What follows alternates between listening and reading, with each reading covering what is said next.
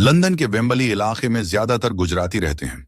Nairobi से London आकर बसे घनश्याम सुंदर लाल अमीन भी अपनी पत्नी सुनंदा के साथ वेम्बली में ही रहते थे। वे लंदन में अंडरग्राउंड ट्रेन के ड्राइवर थे। नौकरी से रिटायर होने के बाद वे पत्नी के साथ आराम से रह रहे थे।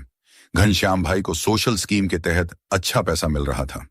इसके अलावा उनकी खुद की बचत भी थी। उन्हें किसी चीज की कमी नहीं थी, बस एक कमी के अलावा कि वे बेऔलाद थे। गोद में खेलने वाला कोई नहीं था, जिसका पति पत्नी को काफी दुख था। किसी दोस्त ने घनश्याम भाई को सलाह दी कि वे कोई बच्चा गोद ले लें। ब्रिटेन में बच्चा गोद लेना बहुत मुश्किल है, वह भी भारतीय परिवार के लिए तो और भी मुश्किल है। इसलिए घनश्याम भाई ने अपने किसी भारतीय दोस्त की सलाह पर कोलकाता की एक स्वयंसेवी संस्था से बात की। उस संस्था ने एक अनाथाश्रम से उनका परिचय करा दिया। अनाथाश्रम वालों ने घनश्याम भाई से कोलकाता आने को कहा। वे पत्नी के साथ कोलकाता आ गए। कोलकाता के उस अनाथाश्रम में उन्हें सुचित्र नाम की एक लड़की पसंद आ गई। वह 15 साल की थी, जन्म से बंगाली और महज बंगाली व हिंदी बोलती थी। देखने में एकदम भोली, सुंदर और मुग्धा थी। पति पत्नी ने सुचित्र को पसंद कर लिया। सुचित्र भी उनके साथ लंदन जाने को तैयार हो गई। घनश्याम भाई ने सुचित्र को गोद लेने की तमाम कानूनी कार्यवाही पूरी कर ली। सुचित्र को वीजा दिलाने में तमाम मुश्किलों का सामना करना पड़ा। तरह तरह के प्रमाण पत्र देने पड़े। आखिरकार 6 महीने बाद सुचित्र को वीजा मिल गया। सुचित्र अब लंदन पहुंच गई। उसके लिए वहां सब कुछ नया नया था। देश नया, दुनिया नई, भाषा नई, लोग नए। वहां उसका एक स्कूल में दाखिल करा दिया गया। उसने जल्दी ही इंग्लिश भाषा सीख ली। वह गोरी थी और छोटी भी, इसलिए जल्दी से गोरे बच्चों के साथ घुल मिल गई। स्कूल में गुजराती, पंजाबी और बांग्लादेश से आए परिवारों के तमाम बच्चे पढ़ते थे। सुचित्र अब बड्ढी होने लगी। वह अकेली लंदन में अंडरग्राउंड ट्रेन में सफर कर सकती थी। वह बिल्कुल अकेली पिकाडाली तक जा सकती थी। वह पढ़ने में भी अच्छी थी। सुचित्र को गोद लेने वाले घनश्याम भाई और उनकी पत्नी सुनंदा खुश थे अपनी इस बेटी से। छुट्टी के दिनों में वे कभी उसे मैडम तुसाद म्यूजियम दिखाने ले जाते, तो कभी उसे हाइड पार्क घुमाने ले जाते। दोस्तों के घर पार्टी में भी वे सुचित्र को हमेशा साथ रखते। सुचित्र सुनंदा को मम्मी कहती तो वे खुश हो जाती। उन्हें ऐसा लगता कि सुचित्र उन्हीं की बेटी है। वह स्कूल तो जा ही रही थी, अब कभी कभार अपनी सहेली के घर रुक जाती। समय के साथ अब वह हर शनिवार को सहेली के घर रुकने की बात करने लगी थी। अभी वह 17 साल की ही थी। एक दिन सुनंदा को पता चला कि सुचित्र घर से तो अपनी सहेली के घर जाकर रुकने की बोलकर गई थी, पर वह सहेली के घर गई नहीं थी। उन्होंने सुचित्र से सख्ती से पूछताछ की तो सुचित्र खींच कर बोली, मैं कहीं भी जाऊं, इससे आपको क्या मतलब। सुचित्र की इस बात से घनश्याम भाई और सुनंदा को गहरा धक्का लगा। कुछ दिनों बाद एक दूसरी घटना घटी। सुचित्र अक्सर स्कूल नहीं जाती थी। घनश्याम भाई और सुनंदा ने जब उससे पूछा तो उसने कोई संतोषजनक जवाब नहीं दिया। पति पत्नी ने सुचित्र की सहेलियों से पूछताछ की तो पता चला कि सुचित्र सुखबीर नाम के एक पंजाबी लड़के के साथ घूमती है। वह स्कूल छोड़कर उसके साथ बाहर घूमने चली जाती है। घनश्याम भाई ने शाम को सुचित्र से पूछा, मुझे पता चला है कि तुम सुखबीर नाम के किसी लड़के के साथ घूमती हो, क्या यह सच है?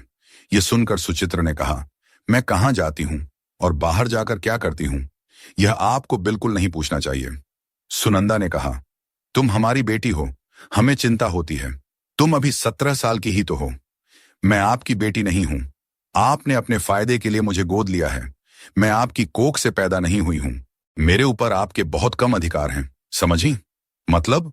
सुनंदा ने पूछा। मैं तुम्हारे शरीर का कोई भी हिस्सा नहीं हूं। मेरे शरीर पर मेरा ही अधिकार है। सुचित्र की बात सुनकर घनश्याम भाई को गुस्सा आ गया। उन्होंने सुचित्र को एक तमाचा मार दिया। सुचित्र चिल्लाई, अगर दूसरी बार आपने ऐसा किया तो मैं पुलिस बुला लूंगी। घनश्याम भाई ने कहा, मैं खुद ही पुलिस को बताऊंगा कि मेरे द्वारा गोद ली गई बेटी पढ़ने की उम्र में गलत काम करती है। तुम्हें सामाजिक काउंसलिंग में भेज दूंगा। उसके बाद भी नहीं सुधरी तो फिर भारत वापस भेज दूंगा। भारत वापस भेजने की बात सुनकर सुचित्र सोच में पड़ गई। वह एकदम चुप हो गई और अपने बेडरूम में चली गई। अगले दिन उठकर उसने मम्मी पापा से माफी मांगी। यह सुनकर घनश्याम भाई और सुनंदा शांत हो गए। सुनंदा ने कहा, देखो बेटा, ये तुम्हारी पढ़ने लिखने की उम्र है। तुम अच्छी तरह पढ़ लिख कर अपना कैरियर बना लो। अभी तुम टीनेज हो, जिस लड़के के साथ मन हो नहीं घूम सकती हो।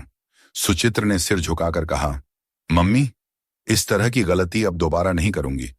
इसके बाद सुचित्र नियमित रूप से स्कूल जाने लगी।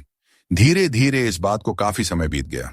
एक दिन घनश्याम भाई और सुनंदा के पड़ोसियों ने पुलिस से शिकायत की कि हमारे बगल वाले घर से बहुत तेज बदबू आ रही है। तुरंत पुलिस आ गई। घर का दरवाजा बंद था, पर अंदर से ताला नहीं लगा था। पुलिस ने धक्का मारा तो दरवाजा खुल गया। पुलिस ने अंदर जाकर देखा तो बेडरूम में घनश्याम भाई और उनकी पत्नी की लाशें पड़ी थीं।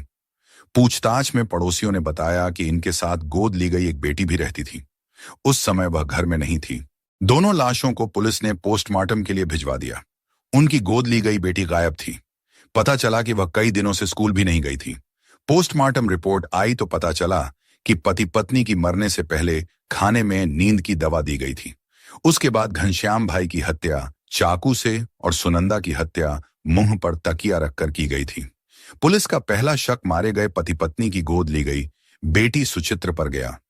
उन्होंने घनश्याम भाई और सुचित्र के मोबाइल का कॉल रिकॉर्ड चेक किया। 2 ही दिनों में पुलिस सुचित्र के बॉयफ्रेंड सुखबीर के घर पहुंच गई। सुखबीर अकेला ही अपनी विधवा मां के साथ रहता था। सुचित्र भी उसी के घर पर मिल गई। पुलिस ने दोनों से सख्ती से पूछताछ की तो सुचित्र और सुखबीर ने स्वीकार कर लिया कि उन्होंने प्रेम का विरोध करने की वजह से घनश्याम भाई और सुनंदा की हत्या की है।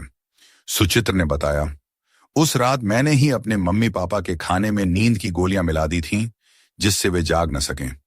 दोनों गहरी नींद सो गए तो मैंने सुखबीर को बुला लिया। उसके बाद मम्मी के मुंह पर तकिया रखकर पूरी ताकत से दबाए रखा तो उनकी सांसों की डोर टूट गई। मम्मी के छटपटाने की आवाज सुनकर मेरे पापा जाग गए। सुखबीर अपने साथ चाकू लाया था। उसी चाकू से उसने पापा पर ताबड़तोड़ वार करके उन्हें बुरी तरह घायल कर दिया। उसके बाद हम दोनों भाग गए। दोनों के बयान सुनकर पुलिस हैरान रह गई। सुचित्र अभी नाबालिग थी। पुलिस ने उसकी मेडिकल जांच कराई तो पता चला कि वह पेट है। सुचित्र ने जो किया उसे सुनकर तो अब यही लगता है कि इस तरह बच्चे को गोद लेने में भी कई बार सोचना पड़ रहेगा।